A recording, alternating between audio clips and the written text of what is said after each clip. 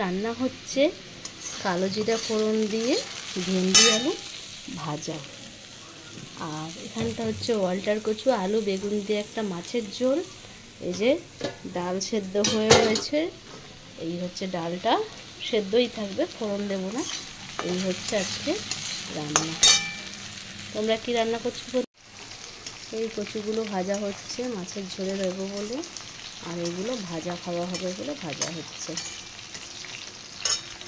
এবারে আলু বেগুন কচু সব ভাজা হয়ে গেছে, তেলে একটু হলুদ দিয়ে মাছ ভাজবো। আমাদের এক গাদা পদ হয় না, হালকা ফুলকাই রান্না হয়। হ্যাঁ, বেশি আমরা খেতে পারি না, এক তরকারি ভাত একটা ভাজা এই থাকে। তো এই হচ্ছে আজকে রান্না। এইভাবে কটা কচু ভাজাও তুলে রেখেছি। ভোলা মাছ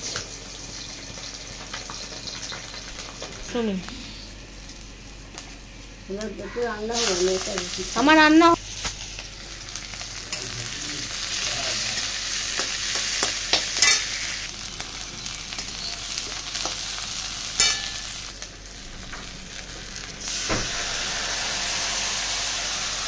আমার জিনিস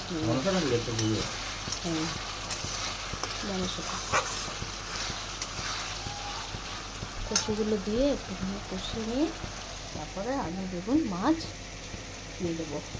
তো এই অবধি রাখছি। লাল লাল হয়েছে, না কাশ্মীরি লঙ্কার গুঁড়ো দিয়েছি না লঙ্কার গুঁড়ো দিয়েছি। নিচে শুধুমাত্র চিনিতে পরিয়ে দেবো। রেডি। এবারে মাছগুলো দিয়ে দেবো।